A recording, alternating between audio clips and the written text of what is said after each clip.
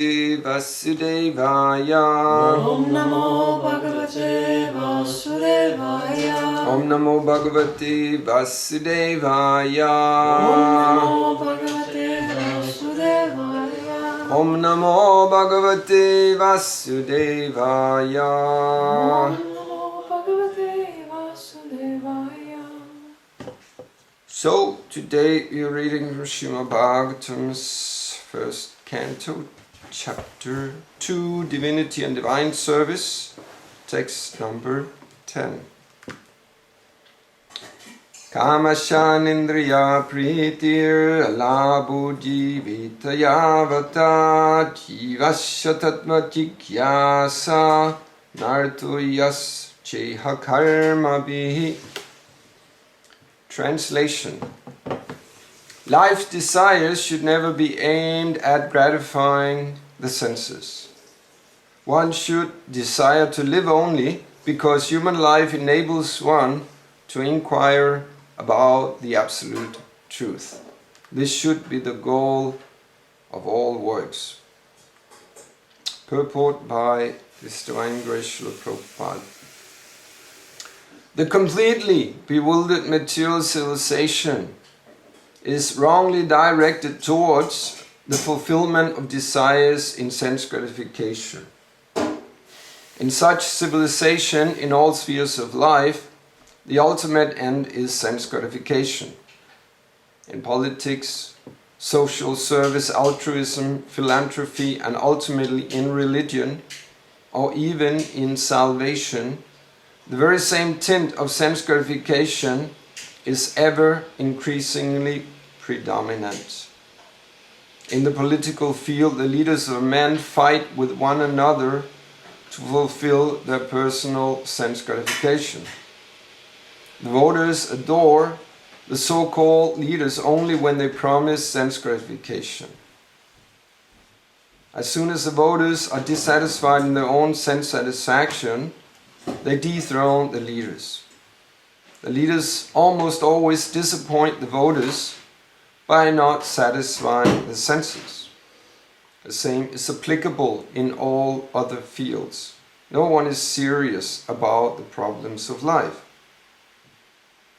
Even those who are on the path of salvation desire to become one with the absolute truth and desire to commit spiritual suicide for sense gratification.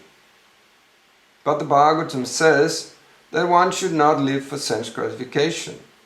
One should satisfy the senses only in so much as is required for self-preservation and not for sense gratification. Because the body is made of senses, which also require a certain amount of satisfaction, there are regulative directions for satisfaction of such senses. But the senses are not meant for unrestricted enjoyment. For example, marriage or the combination of a man with a woman is necessary for progeny, but it is not meant for sense enjoyment. In the absence of such voluntary restraint, there is propaganda for family planning. But foolish men do not know that family planning is automatically executed as soon as there is search after the absolute truth. Seekers of the absolute truth are never allured by unnecessary engagements in sense gratification, because the serious students seeking the absolute truth are always overwhelmed with the work of researching the truth. In every sphere of life, therefore, the ultimate end must be seeking after the absolute truth, and that sort of engagement will make everyone happy because they will be less engaged in varieties of sense gratification. And what that absolute truth is explained as follows. Next verse.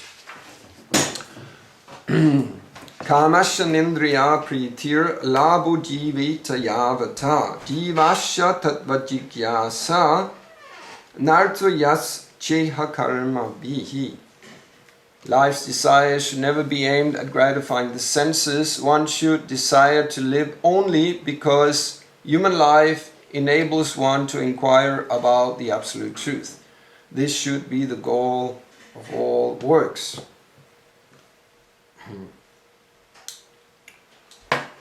Omagyanatimiranda Shagyananjana Shalakaya Chakshur Unmilitam Yena Tasmai Shri Gurave Namaha.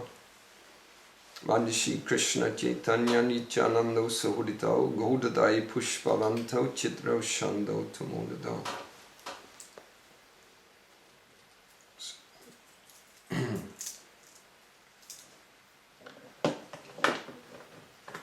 So, Srila Prabhupada explains in the purport, the completely bewildered material civilization are wrongly directed.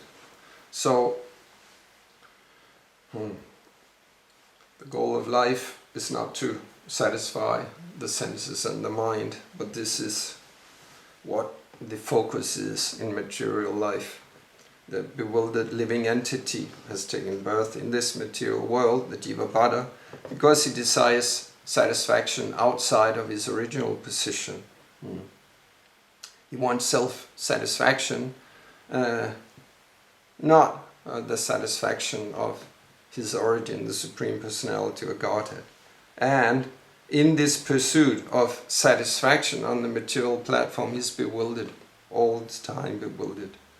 Stated in the Bhagavad Gita, 15th chapter, Mavayivangsho jiva loke jiva bhuta sanatana. The living entity is the fragmental part of the Supreme Lord. He's the angsha, he's the part and parcel, separated part and parcel. And manashastan indriyani prakritistani karshati. And because he is in conditioned life, he's struggling very hard all the time. He's struggling with what? He's struggling with his senses, including the mind. Because the nature of the senses, the material conditioned senses are, they want fulfillment. That's the nature of the senses. So he tries to satisfy the body and the bodily senses all the time. But he's bewildered because it's not his natural condition. The natural condition of the living entity is he wants to satisfy the senses of Krishna. Rishikena Rishikesha Sevanang Bhaktir Uchyate. He wants to satisfy Rishikesh. That's the liberated living entity's position. That's the natural inclination of the pure spirit soul. His satisfaction comes from satisfying Krishna. Just like the example is given in the Shastra, that if you want to satisfy the tree, you cannot try to satisfy the different parts of the tree, the leaves and the branches or whatever. You cannot climb into the tree and water the leaves. That makes no sense. The leaves will not be satisfied by such an activity.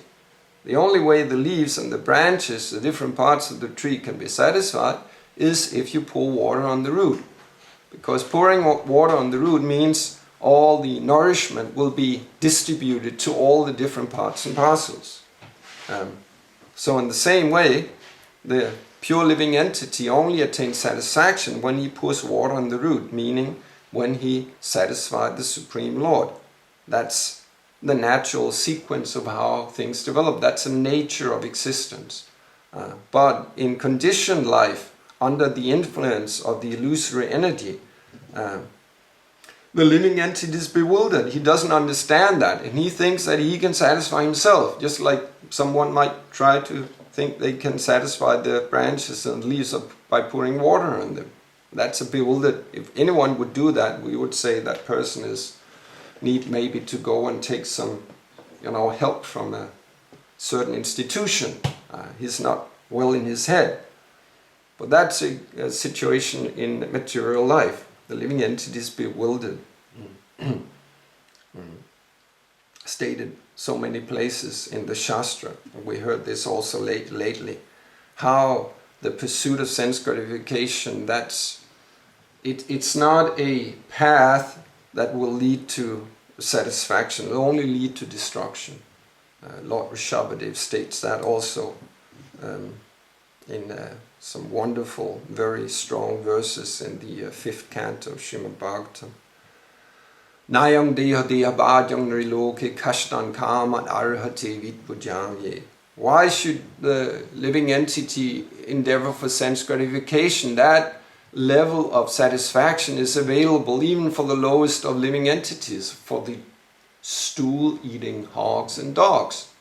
The hogs and dogs, they also gain sense gratification. And they are satisfied by getting their particular sense gratification. They feel fulfillment by doing that. And we spoke the other day about that's when the living entity, the human, when the human living entity is engaged in the same sense, they attain no real higher satisfaction than hogs and dogs. It's just a more polished way, but the actual satisfaction is the same. So one should not engage in that. And also Rishabhadeva is stating, Nunang pramatta kuruti vikarma yad indriya pritaya aprinoti. When the living entity, the human being, considers sense gratification the very aim of life, he becomes mad after materialistic life. Pramatta, he becomes mad. And we see that in human society, that people are becoming mad after satisfying their senses, and they'll work hard day and night to attain that. That's what. So one should not, that's the advice of Rishabhadeva, one should not work hard day and night simply for sense gratification, which is available even for the low animals. One should engage in tapo divyam putrakayena sattvam. That's the actual goal of life, to engage in divine austerities for a higher goal. And we know to attain a higher goal, we have to engage in austerities. Somebody wants to attain the highest rank of whatever they are pursuing, material life, they have to work hard. If they want to become the CEO of a big company, they have to work through all the different ranks and years of loyal service to the employees and show a great level of engagement and responsibility and abilities and like that. And then maybe that person can attain those higher ranks. If somebody wants to climb reach perfection of the particular engagement in sports or art or whatever, they have to work very, very hard.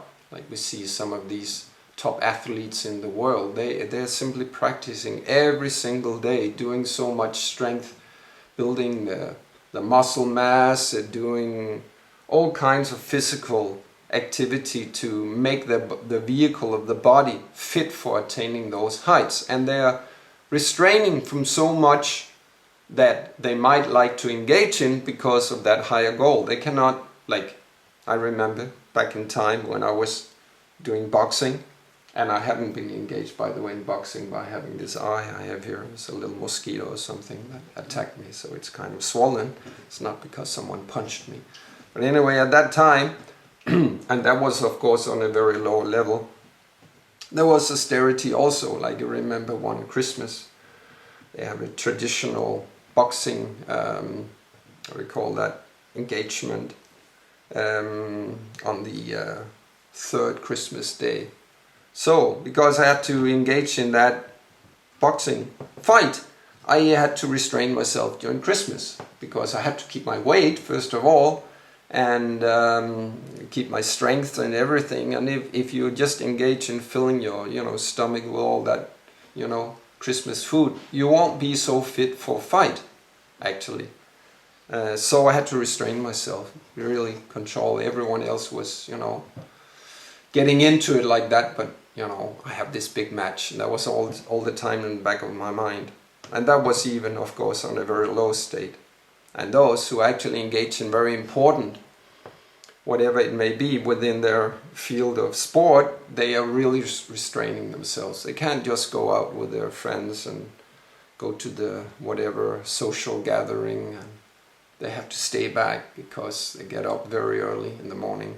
Remember also when I was a teacher, one of the girls in my 7th grade, she was kind of an elite swimmer, and she got up so early every day, went to the swimming pool and engaged in her practice there, because she, if you want to be something there, you really have to strain yourself, work very hard to attain that goal. And she was just, whatever,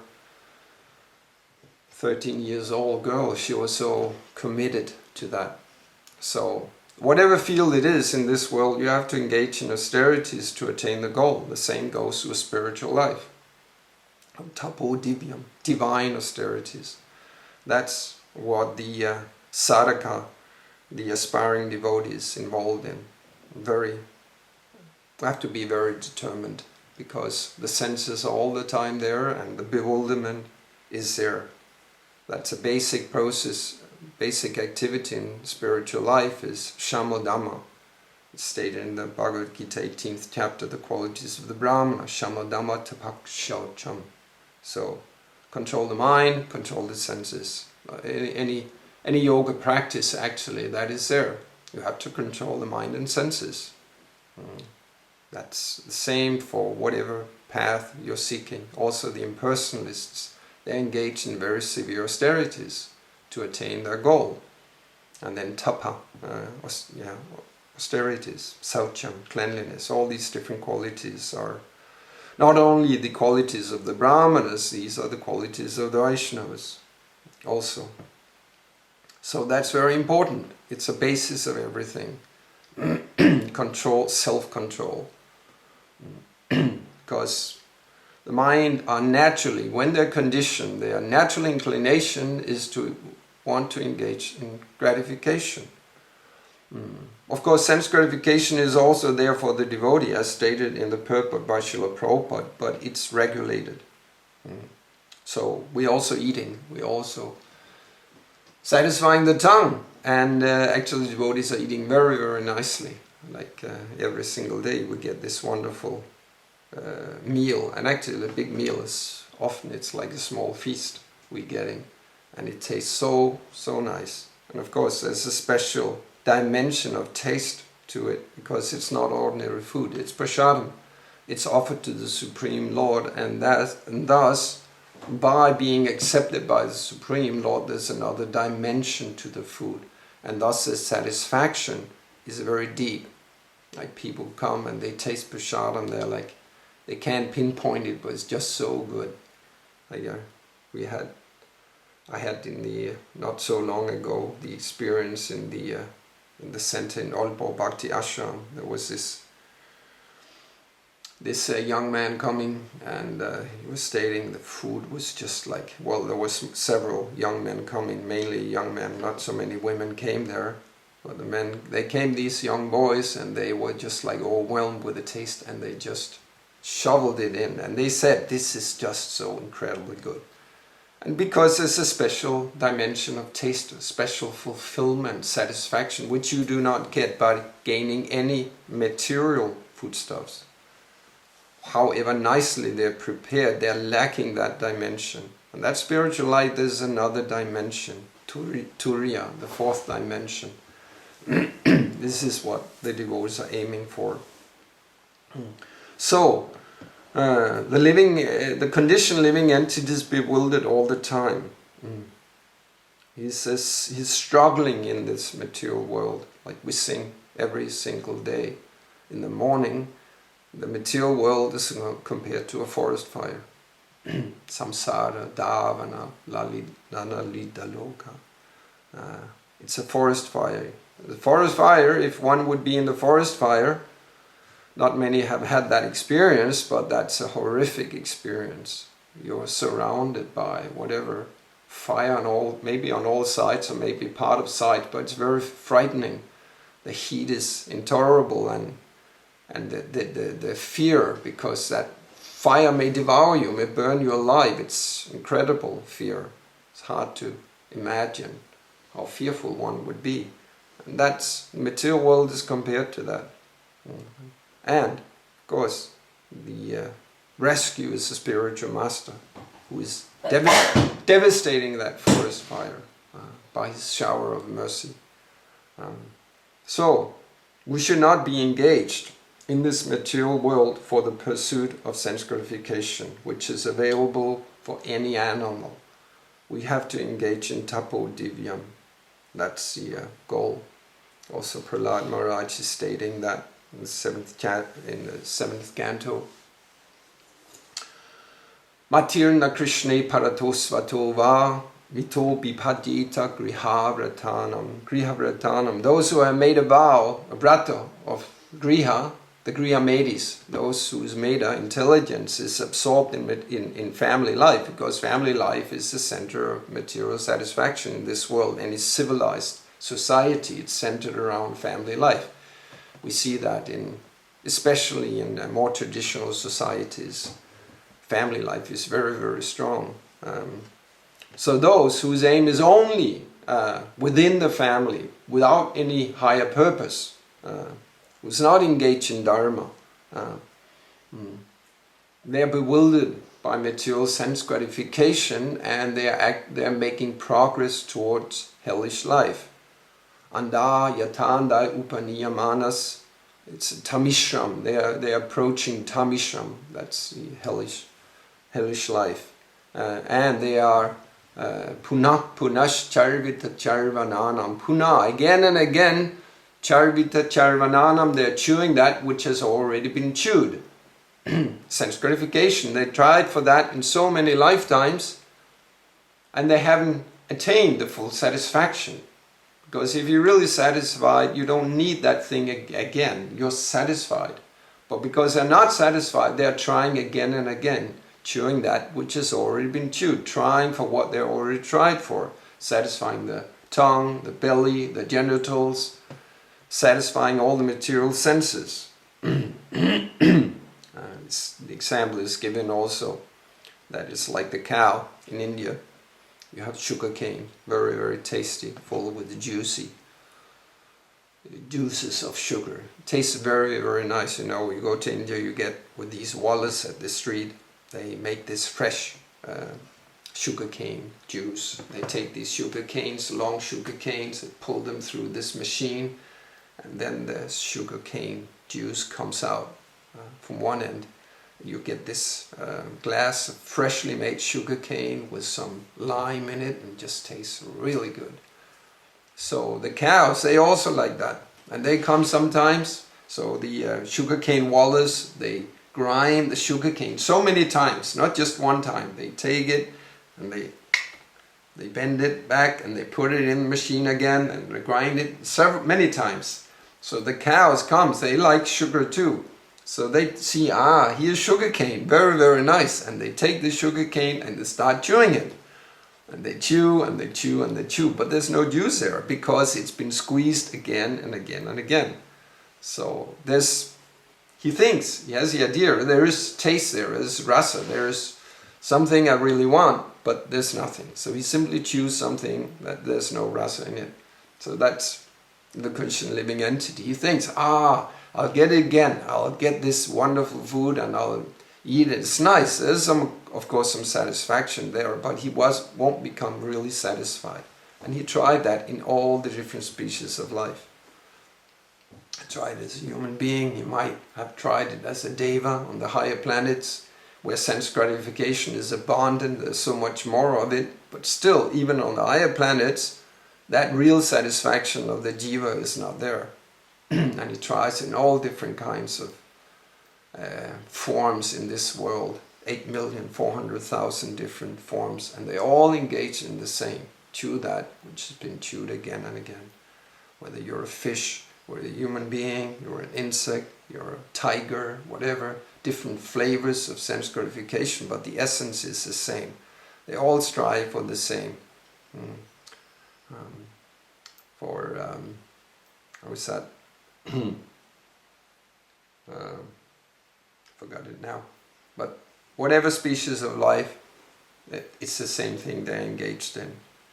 So, the advice of Rishabhadev is to not engage in those activities, because by engaging those activities you will require one material body after the other. So also he states, Rishabhadev, that the living entity, he does not know that due to his past misdeeds, due to his past sinful vikarma, sinful activities, karma we know, actions, vikarma means sinful reactions. So due to that vikarma, he's acquired this material body, which although it's temporary, it's full of misery. And by engaging in those activities of sense gratification, he'll get the next material body, and the next, and so on. As long as he's thus engaged in the pursuit of sense gratification, he'll simply attain one vehicle after the other that causes him misery. So the advice is to not engage in such foolish activities. So we should develop that intelligence and understand that attaining material body is a very bad deal, actually. So the process of spiritual life is a gradual process. Also, it's stated actually about intelligence and not pursuing this in the 5th canto of Bhagavad Gita, Karma Yoga Action. Is that it's speaking about the self-realized soul, the transcendentalists. And there's a verse there, 522, Ye hi samsparsha jabhoga dukha yonaya evati adyantavanta kaunteya natishu ramati buddha. That the intelligent person does not take part in the sources of misery. And the sources of misery are the material senses. He understands that whatever pleasure he gains by such activity, they have a beginning and an end. And thus, an intelligent person does not take part in them. So, this is the transcendentalist. You understand, it's futile. It's a flickering satisfaction. But even though it's that flickering satisfaction, people are pramata, they are mad for it. But they don't have the higher taste. There's a taste that's so much higher. Once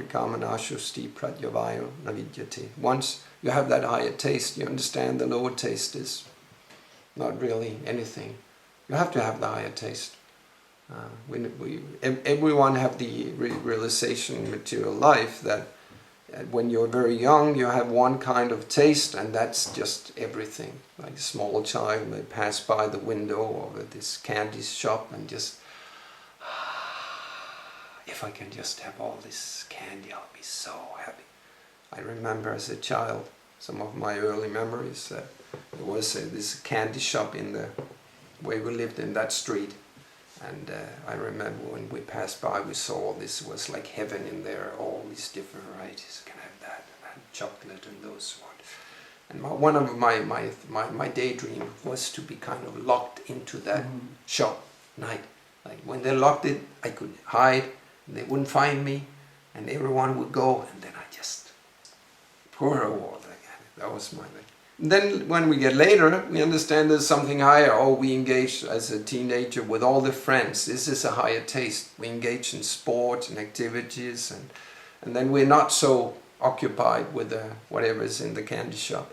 We get still older, then we experience higher taste, and it's ladies and men, you know, it's that the conjugal taste is there, and that's higher than all the other tastes, and we want that. And thus, and some may consider even a higher taste, like for certain intoxicants, that's their goal in life, that when they get those intoxicants, anything else pales, even sex life. They don't want it, they just want that intoxication. It brings a higher taste for that particular soul. So, to give up a lower taste, you have to acquire a higher taste. And anything of the material varieties, compared to the transcendental happiness acquired by the pure living entity, that's insignificant. When you engage in actual devotional service, when you're actually pure, experiencing on the Brahmabhuta platform the actual taste of engaging in devotional life, that pleasure is making anything in the material world seems null and void. Isham tvantakatam papam jananam punyakarmanam tidvanva mohanir mukta bhajanti mam drithavrata. So, drithavrata, we have to attain a very firm vow to attain Krishna and the platform of liberated life. And you can only do that when you're purified. It's stated in that verse in the 7th chapter that only persons who have acted piously in previous lives as well as in this life, and whose sinful actions are completely eradicated, means they stop all kinds of sinful activities. No engagement in these activities any longer. And you have the background, you have the training from previous life of being purified, because actually attaining that it's a long endeavor. Shreyas and prayas. And if I remember right, there's prayas is immediate kind of satisfaction, and shreyas a long term, right? I think it's like that. So engaging in the goal of attaining full satisfaction, transcendental happiness, that's a long endeavor. So we have to attain drita vrata, we have to attain this firm conviction. And having that firm conviction, one cannot be bewildered.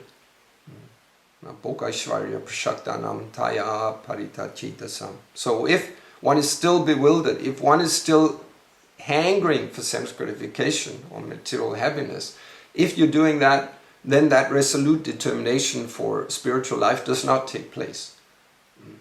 So we see so many, it's not so many, but not many take up the path of devotional service. But even amongst those who do that, even though it's a small number, the majority of them, they do not last. They give it up again at one point.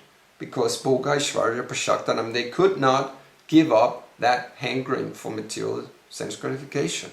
And once you're acting as a devotee, you're working for controlling the senses.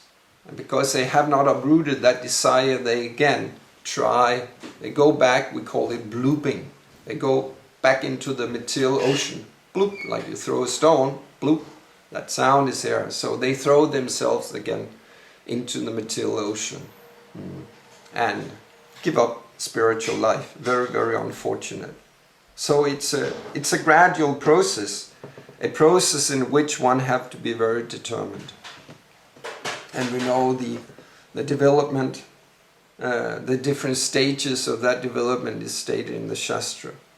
Adau Shraddha, but Sadhu Sangha Bhajana, how is that? Anartha Niriti Shad, and it comes like that. You start with some basic faith, and then one takes the association, satsanga, association of other devotees, and in the association of other devotees, one gains the desire to become serious in spiritual life. And then the next step is taking shelter, Guru Vashraya, taking shelter of the guide, the spiritual master who can lead you on the path of spiritual life.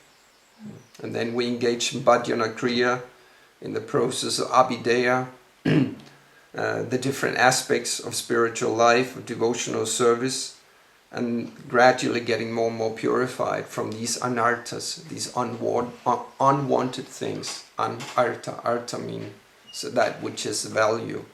Anartha, that which has no value, that which is an obstacle on our path. And as we get more and more purified, like in that verse, Yesham Tvantakatam Papam, when you're actually purified in the heart, then Dritavrata, then we can have the firm determination. We won't be bewildered any longer. We won't waver. We won't think, oh, maybe I should, go back to my old girlfriend. Maybe I should take up, my old whatever, my passion in material life, whatever I had, hobby, sport, singing, whatever, singing songs of, whatever they sing about. Anything of that. No, then you sit you're in Nishta, on the Nishta platform. You don't have those. You're not wavering, not really bewildered any longer. And then one can advance from that to ruchi, the taste, when there's actually deep taste in anything you do. And when you get up early in the morning, in the beginning it may be very much tapasya, I have to get up and chant all these prayers and whatever is long, you're sleepy. But once you get the ruchi, you're just, wow, now another chance. Now that you engage in singing, there's a lot of pleasure there. It's really satisfying because it's another dimension. It's not on the material platform. And then from ruchi is asakta, then you develop very deep attachment to the Lord.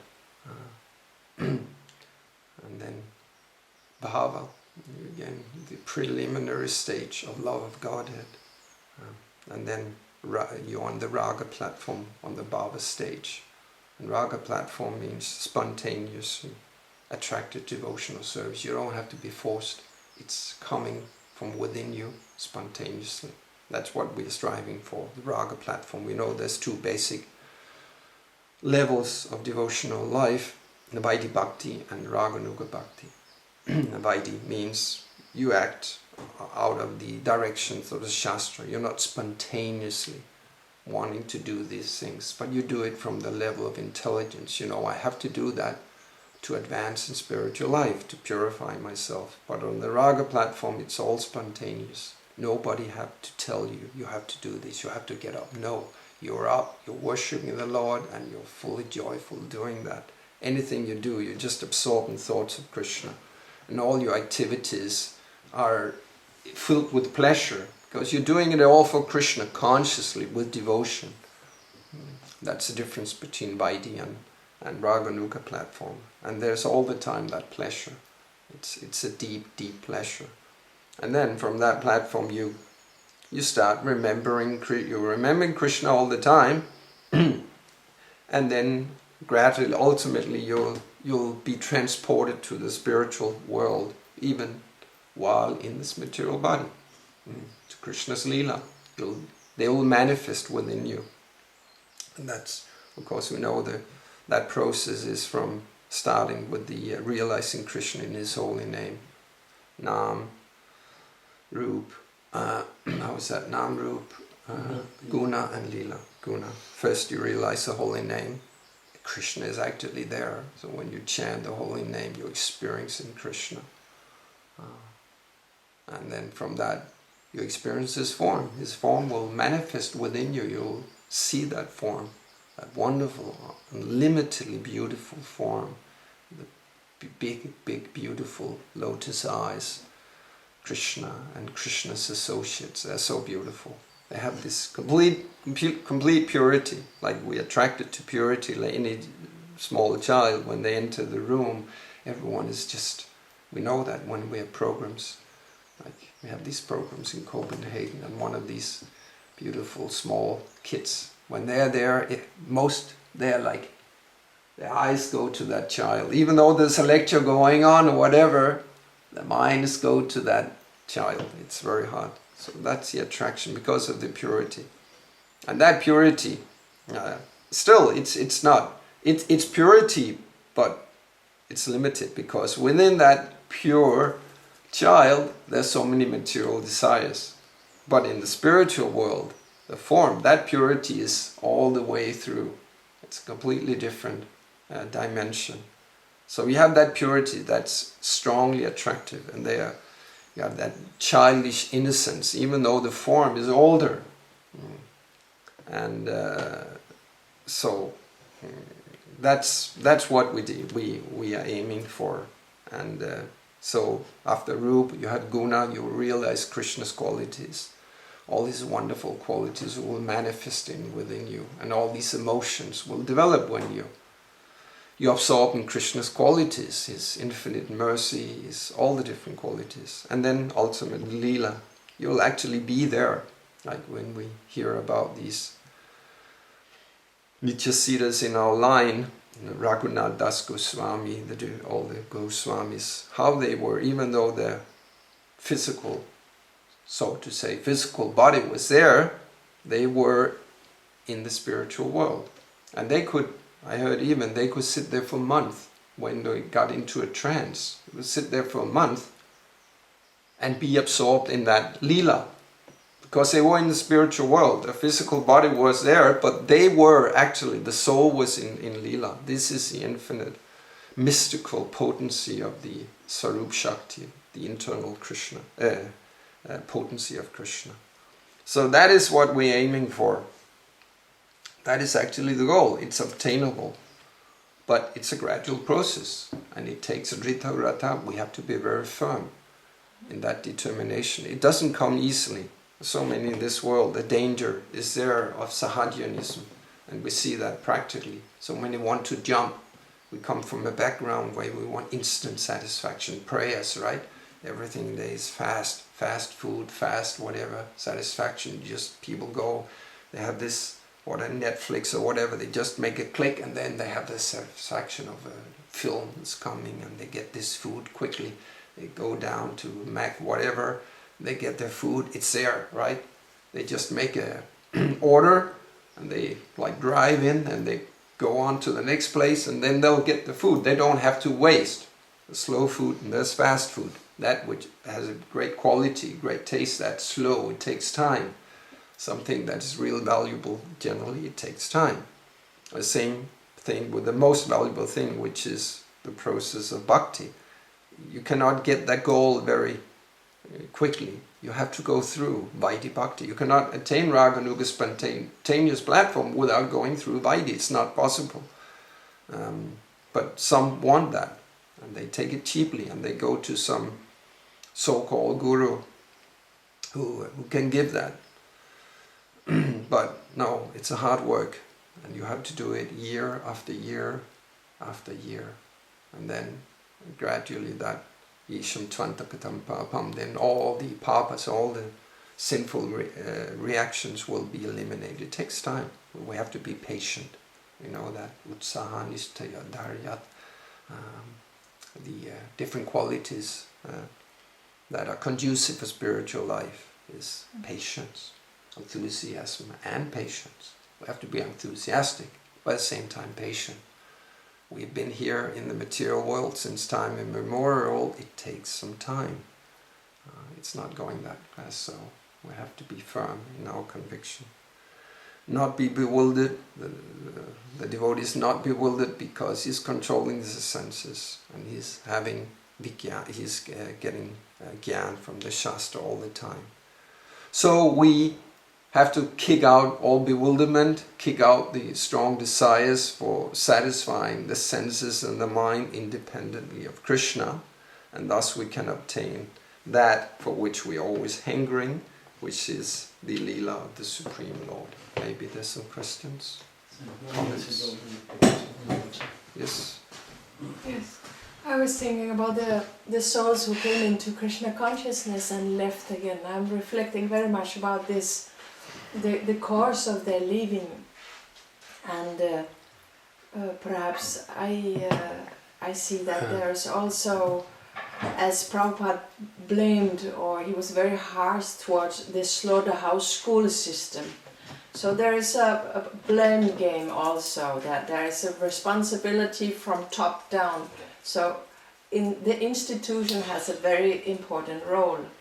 And I do think that many devotees actually left, not because they were hankering for some sense gratification outside of receiving the Lord's mercy in the form of prasadam or chanting their rounds, but they were dejected due to harsh dealings between devotees and lack of friendship and love, actually, because the dictate of the circumstances was guided towards money and a race that was not possible for the average person to follow the tempo of the requirements of living inside the institution, to be between that bundle of sticks, so you weren't very fragile towards Maya, was not very easy to follow for many.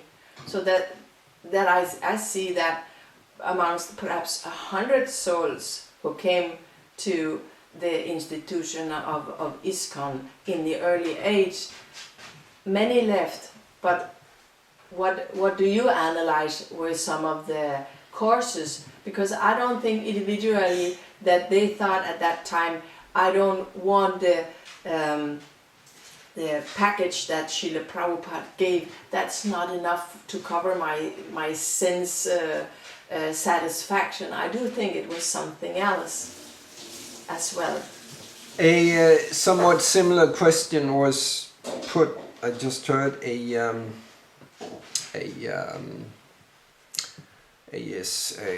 on what vlog or whatever interview, more or less. Yesterday, between Sitapati and his wife Dana, they had Tripurari Swami was there, and in relation to the 50th anniversary of the installation of Kishore Kishori in the Chicago temple. So that was very nice, and Dana there asked a Tripurari Maharaj a somewhat similar question. And his answer is the answer I would try to give, which is my own self-reflection on this question. Why are devotees leaving again? And they give different reasons, and of course there may be some validity to, like, on the institutional level, devotees not acting properly towards that person, and that person not getting the required atmosphere of love and devotion from others. So many faults may be there on the institutional level, but actually, whatever institutional errors there may be, what does that have to do with the eternal process of Krishna consciousness? So the process is always the same, and it always works. So does that mean because someone treated you badly, or because some leader was doing some very even immoral acts or whatever, does that mean you're not the body? Does that mean that Krishna does not exist? Does that mean that you will not become bewildered by engaging in bodily sense gratification? Does that mean you will not have to take birth again if you engage in activities that are not yakya? Yakya karmano yatra. If you engage in activities simply for your own satisfaction and not doing it as yakya for Krishna? No, that will always be the same. The laws of the universe will always be the same. You will still be a pure spirit soul of Krishna who is in conditioned life. So one may give so many excuses on, the institution this, or I was, treated like that or whatever, and my guru fell down or whatever. But these are excuses, actually, because the facts are still the same all the time. So one should, of course, use one's intelligence. And yes, if the guru falls down, well, then he wasn't actually a real guru, because the guru doesn't fall down. So he was immaturely put in that position. Or if someone mistreats you, or if something is just kind of wrong understanding on these institutional levels, still you're a spirit soul, part and parcel of Krishna, and the process works. So you may go another place, you may seek another association. So one should utilize one's intelligence like that, but you cannot give up the process. The process is still there. And yes, of course, whatever one has gained by the years or the time you spent in devotional life, the effects are still there. You'll reap those results in due course of time, but it's also very dangerous. Even a devotee who has been engaged in devotional life, he can fall down to the lowest platform by a wrong association. So if one takes up the old association, maybe, sex, drugs and rock and roll again, if that was, then you get influenced by that, and then you may start engaging in very bad activities. Example is there also. What was the name in Krishna Lila? Chaitanya Gaura Lila, the two Brahmins. What was their name? I forgot now. Who engaged in all these abominable activities, and they were saved by Nityananda. Jaga and Madha, yes. Jaga and Madha, they were born in a high Brahmin family. And by bad association, they stooped down to the most abominable level. They did all kinds of sinful activities, so much they were even looking in the Dharma Shastra saying, what kind of sinful activities have I not engaged in? And they engaged in. So you can fall from the highest platform. So that's a danger. So, no, you have to engage. You're still not the body. whatever institutional happens, you're still not the body. Yeah. The process still works. Yeah. So so one should always understand that, and hopefully that realization will come to those devotees who left at one point after more experience of burning their fingers. I'm thinking about the Bharat Maharaj that actually it's said by some that the Srimad Bhagavatam is full of faulty decisions actually on the part of the devotee. Of course it's Leela, but so that we may learn. And the fault of Bharat Maharaj was that he excluded himself from the association of saintly people, sadhu sangha. So when we go on our own, we may think that we can keep the level of our sadhana, but then one stick is very easily broken, but several sticks are much stronger. So against the war with the Maya, we don't stand a chance alone, I think. But this bundle of sticks, there is resistance there.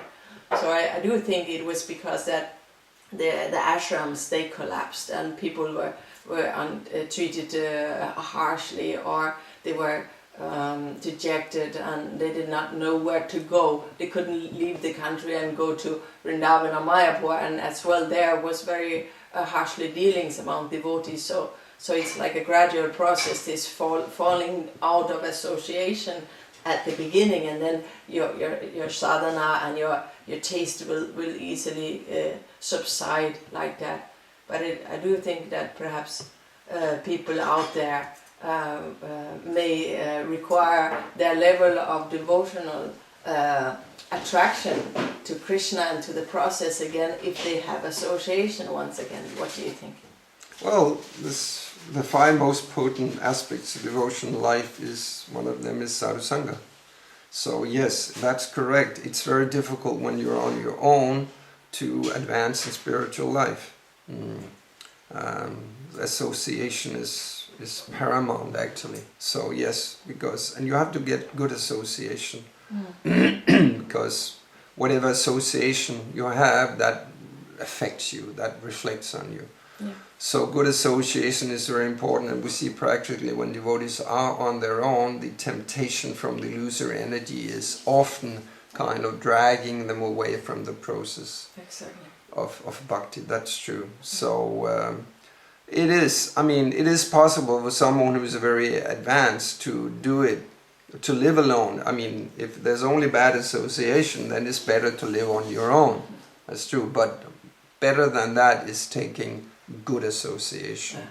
So that's what we should strive for. Asat sangha tyaga. We should avoid the association of that which is bad. Asat, that is those who are not sincere on the path of devotional service, and take the good association. That's very powerful and very important. Yes. Thank you very much. All glory to Srila Prabhupada. Hare Krishna.